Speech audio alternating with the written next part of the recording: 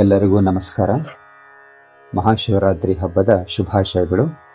ಇವತ್ತು ನಾನು ಒಂದು ವೈದಿಕ ಮಂತ್ರವನ್ನು ತೆಗೆದುಕೊಂಡು ಅದನ್ನು ಒಮ್ಮೆ ಹಾಡಿಬಿಟ್ಟು ಅದರ ಅರ್ಥವನ್ನು ಕನ್ನಡದಲ್ಲಿ ಹೇಳ್ತಕ್ಕಂಥ ಒಂದು ಪ್ರಯತ್ನ ಮಾಡ್ತಿದ್ದೀನಿ. ಇವತ್ತು ಆರಿಸ್ಕೊಂಡಿರ್ತಕ್ಕಂಥ ವೈದಿಕ ಮಂತ್ರ ಸಂಗಚ್ಛಧ್ವಂ ಅಂತೇಳಿ. ಇದು ಋಗ್ವೇದದಲ್ಲಿ ಕಂಡುಬರುತ್ತೆ. ಋಗ್ವೇದದ 10ನೇ ಮಂಡಲದಲ್ಲಿ ಕಂಡುಬರ್ತಕ್ಕಂಥ ಒಂದು ಮಂತ್ರವಾಗಿದೆ. ಈ ಸಂಗಚ್ಛಧ್ವಂ ಪದದ ಅರ್ಥ ನಾವೆಲ್ಲರೂ ಜೊತೆಯಾಗಿ ಹೋಗೋಣ, ಅಂದರೆ ನಾವೆಲ್ಲರೂ ಜೊತೆಯಾಗಿ ಮುಂದುವರಿಯೋಣ, ಮೇಲಕ್ಕೆ ಏರೋಣ. ಸೊ ಈ ರೀತಿಯಾಗಿ ಅರ್ಥ ಮಾಡ್ಕೋಬೋದು.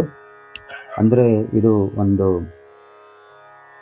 ಸಮಾಜದಲ್ಲಿ ಅಥವಾ ಒಂದು ಸಮುದಾಯದಲ್ಲಿ ವ್ಯಕ್ತಿಗಳಿಗೆ, ಏನು ಸಮಾಜದ ಭಾಗವಾಗಿರ್ತಕ್ಕಂಥ ವ್ಯಕ್ತಿಗಳಿಗೆ ತಮ್ಮ ವ್ಯಷ್ಟಿ ಪ್ರಜ್ಞೆ ಅಂತೇಳಿ ಏನು ಕರಿತೀವಲ್ವ, ಒಂದು ವೈಯಕ್ತಿಕವಾಗಿರ್ತಕ್ಕಂಥ ಪ್ರಜ್ಞೆ, ವೈಯಕ್ತಿಕವಾಗಿರ್ತಕ್ಕಂಥ ಆಸೆ ಲಾಲಸೆಗಳು, ಇವುಗಳೆಲ್ಲವನ್ನ ಬದಿಗಿಟ್ಟುಬಿಟ್ಟು ಸಮಾಜದ ಉದ್ಧಾರಕ್ಕಾಗಿ, ಸಮಾಜದ ಉನ್ನತಿಗಾಗಿ ಒಂದು ಸಮಿಷ್ಟಿ ಪ್ರಜ್ಞೆ, ಒಂದು ಸಾಮುದಾಯಿಕ ಪ್ರಜ್ಞೆ ಹೇಗೆ ಬೆಳೆಸ್ಕೊಂಡು ಹೋಗಬೇಕು ಅನ್ನೋದ್ರ ಬಗ್ಗೆ ಬಹಳ ಸೂಚ್ಯವಾಗಿ, ಬಹಳ ಪರಿಣಾಮಕಾರಿಯಾಗಿ ವಿವರಿಸುತ್ತೆ. ಹಾಗಾಗಿ ಇದನ್ನು ವಿಶ್ವ ಸಾಮರಸ್ಯ ಮಂತ್ರ ಅಂತಲೂ ಕರೀತಾರೆ. ಇದು ಅತ್ಯಂತ ಅರ್ಥಗರ್ಭಿತವಾಗಿರ್ತಕ್ಕಂಥ ಒಂದು ವೈದಿಕ ಮಂತ್ರವಾಗಿದೆ. ಯಾವುದೇ ಒಂದು ರಾಷ್ಟ್ರ ಉನ್ನತಿಗೆ ಏರಬೇಕಂದ್ರೆ ರಾಷ್ಟ್ರ ಅಥವಾ ರಾಜ್ಯದಲ್ಲಿರ್ತಕ್ಕಂತಹ ಹಲವಾರು ಸಮುದಾಯಗಳು, ಹಲವಾರು ವ್ಯಕ್ತಿಗಳು, ಬೇರೆ ಬೇರೆ ಸ್ತರಗಳಿಂದ ಬಂದಿರತಕ್ಕಂಥವರು ಎಲ್ಲರೂ ಹೇಗೆ ಒಂದು ಉನ್ನತವಾಗಿರ್ತಕ್ಕಂಥ ಆದರ್ಶವನ್ನು, ಗುರಿಯನ್ನು ಇಟ್ಕೊಂಡು ಆದರ್ಶದ ಕಡೆಗೆ ಯಾವ ರೀತಿಯಾಗಿ ನಡಿಬೇಕು, ಜೊತೆಯಲ್ಲಿ ಯಾವ ರೀತಿಯಾಗಿ ಗುರಿಯ ಬಗ್ಗೆ ಒಂದೇ ದೃಷ್ಟಿಯನ್ನು ಇಟ್ಕೊಂಡಿರಬೇಕು, ಒಳ್ಳೆಯ ರೀತಿಯ ಆಲೋಚನೆಗಳನ್ನು ಮಾಡಬೇಕು. ಎಲ್ಲರೂ ತಮ್ಮ ತಮ್ಮ ಕೈಲಾಗಿರ್ತಕ್ಕಂತಹ ಕಾಣಿಕೆಯನ್ನು ಹೇಗೆ ಗುರಿ ಸಾಧನೆಗೆ ನೀಡಬಹುದು ಮತ್ತು ನೀಡಬೇಕು ಕೂಡ. ಆಮೇಲೆ ಗುರಿಯನ್ನು ಸಾಧಿಸಿದ ಮೇಲೆ ಅದರಿಂದ ಬರ್ತಕ್ಕಂಥ ಫಲವನ್ನು ಹೇಗೆ ತಾವು ಕೊಟ್ಟಿರ್ತಕ್ಕಂಥ ಕಾಣಿಕೆಗೆ ಅನುಗುಣವಾಗಿ ಅದನ್ನು ಹೇಗೆ ಅನುಭವಿಸಬೇಕು ಅಥವಾ ಅನುಭವಿಸಬೇಕು, ಮತ್ತು ಅದರಿಂದ ಹೇಗೆ ಸಂತೋಷವನ್ನು ಪಡಿಬೇಕು ಅಂತಕ್ಕಂಥದ್ದನ್ನು ಇದು ತುಂಬ ಚೆನ್ನಾಗಿ, ಬಹಳ ಸುಂದರವಾಗಿ ವಿವರಿಸಿ ಹೇಳುತ್ತೆ. ಈ ಮಂತ್ರದ ಪಾಠವನ್ನು ಈಗ ನೋಡೋಣ. ಅಂದರೆ ಅದನ್ನು ಒಮ್ಮೆ ಹಾಡ್ತೀನಿ, ಅದಾದ ನಂತರ ಅದರ ಪ್ರತಿಯೊಂದು ಶಬ್ದದ ಅರ್ಥಗಳನ್ನು ಹೇಳ್ಬಿಟ್ಟು ಒಟ್ಟಾರೆ ಶ್ಲೋಕದ ಅರ್ಥವನ್ನು ತಿಳಿಸ್ತೀನಿ.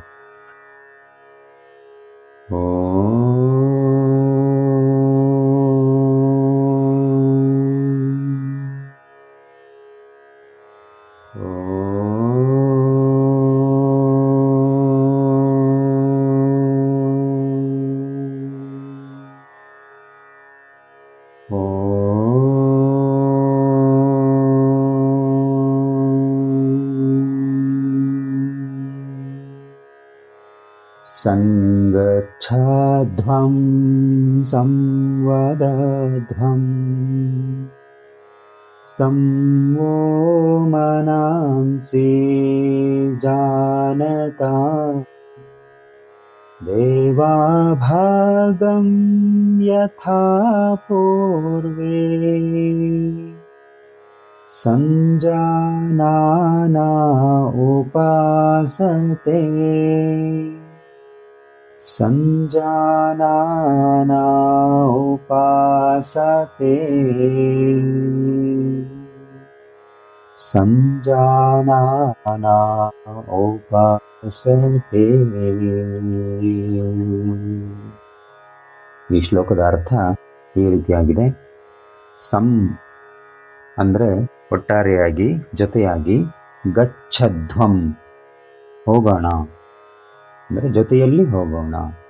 ಸಂ ಅಂದರೆ ಜೊತೆಯಾಗಿ, ವದಧ್ವಂ ಅಂದರೆ ನಾವು ಒಂದೇ ರೀತಿಯ ಮಾತುಗಳನ್ನು ಆಡೋಣ. ಅಂದರೆ ನಮ್ಮೆಲ್ಲರ ಮನಸ್ಸಿನಲ್ಲೂ ಸಹ, ನಮ್ಮೆಲ್ಲರ ದೃಷ್ಟಿನಲ್ಲಿ ನಾವು ಯಾವುದನ್ನು ಸಾಧನೆ ಮಾಡಬೇಕು ಅಂತ ಅಂದ್ಕೊಂಡಿದ್ದೀವಲ್ವ, ಅದೇ ರೀತಿಯಾಗಿ ಒಳ್ಳೆಯ ಮಾತುಗಳನ್ನು, ಆ ಗುರಿ ಸಾಧನೆಯ ಕುರಿತು ಚಿಂತನೆಗಳನ್ನು ಮಾಡೋಣ.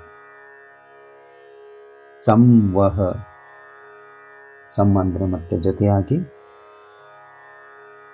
ಇಲ್ಲಿ ವಹ ಅಂತಕ್ಕಂಥದ್ದು ಓ ಅಂತೇಳಿ ಸಹ ಹೇಳ್ತಾರೆ. ಓ ಅಂದರೆ ನೀನು ಅಥವಾ ನಾವು ಅಂತೇಳಿ ಅರ್ಥ ಆಗುತ್ತೆ. ಮನಾನ್ಸಿ ಅಂದರೆ ಮನದಲ್ಲಿ, ಜಾನತಾಂ ತಿಳಿದುಕೊಳ್ಳೋಣ.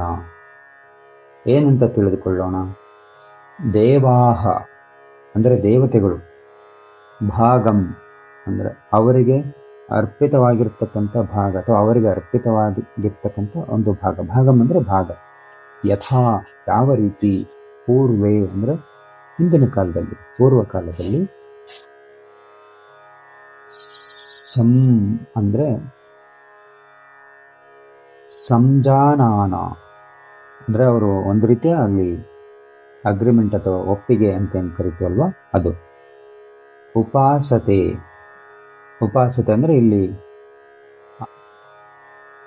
ಉಪಾಸನೆಯನ್ನು ಮಾಡ್ತಕ್ಕಂಥದ್ದು ಅಥವಾ ಯಜ್ಞ ಯಾಗಾದಿ ಕಾರ್ಯಗಳನ್ನು ಮಾಡ್ತಾರಲ್ವ ಅದು, ಅದಕ್ಕೆ ಉಪಾಸತೆ ಅಂತ ಹೇಳಿ ಕರೀತಾರೆ. ಅಂದರೆ ಈ ಒಟ್ಟಾರೆ ಶ್ಲೋಕದ ಅರ್ಥ ಈ ರೀತಿಯಾಗಿದೆ. ನಾವೆಲ್ಲರೂ ಜೊತೆಯಾಗಿ ನಡೆಯೋಣ, ನಾವೆಲ್ಲರೂ ಜೊತೆಯಾಗಿ ಮಾತನಾಡೋಣ, ಹಾಗೆ ನಾವೆಲ್ಲರೂ ಒಂದೇ ರೀತಿಯಲ್ಲಿ ನಮ್ಮ ಮನಸ್ಸಿನಲ್ಲಿ ವಿಚಾರಗಳನ್ನು ತಂದುಕೊಳ್ಳೋಣ. ಒಂದೇ ರೀತಿಯಲ್ಲಿ ಅಂದರೆ ನಮ್ಮ ಆಲೋಚನೆಗಳು ಸಹ ಒಂದೇ ರೀತಿ ಇರಬೇಕು.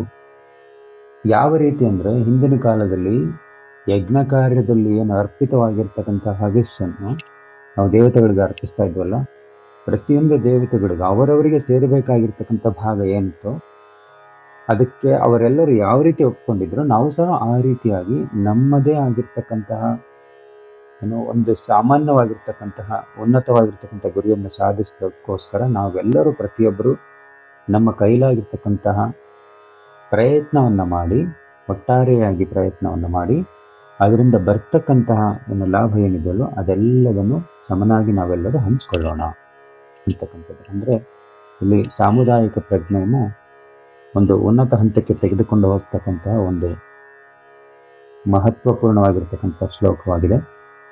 ಯಾವ ರೀತಿಯಾಗಿ ಒಂದು ಸಮಾಜ ಇರಬೇಕು, ಅದು ಉತ್ತಮವಾಗಿ ಒಂದು ಉನ್ನತವಾಗಿರ್ತಕ್ಕಂಥ ಆದರ್ಶವನ್ನು ಇಟ್ಟುಕೊಂಡು ಯಾವ ರೀತಿಯಾಗಿ ಹಂತ ಹಂತವಾಗಿ ಮೇಲಕ್ಕೆ ಏರ್ತಾ ಹೋಗಬೇಕು, ಹೇಗೆ ಪ್ರತಿಯೊಬ್ಬರು ಸಮಾಜದ ಪ್ರತಿಯೊಬ್ಬರನ್ನು ಜೊತೆಗೂಡಿಸ್ಕೊಂಡು ಹೋಗಬೇಕು, ಅದಕ್ಕೆ ವೈಯಕ್ತಿಕವಾಗಿ ಎಲ್ಲರೂ ಯಾವ ರೀತಿಯಾಗಿ ತಮ್ಮನ್ನು ತಾವು ಅರ್ಪಿಸ್ಕೊಳ್ಬೇಕಾಗತ್ತೆ.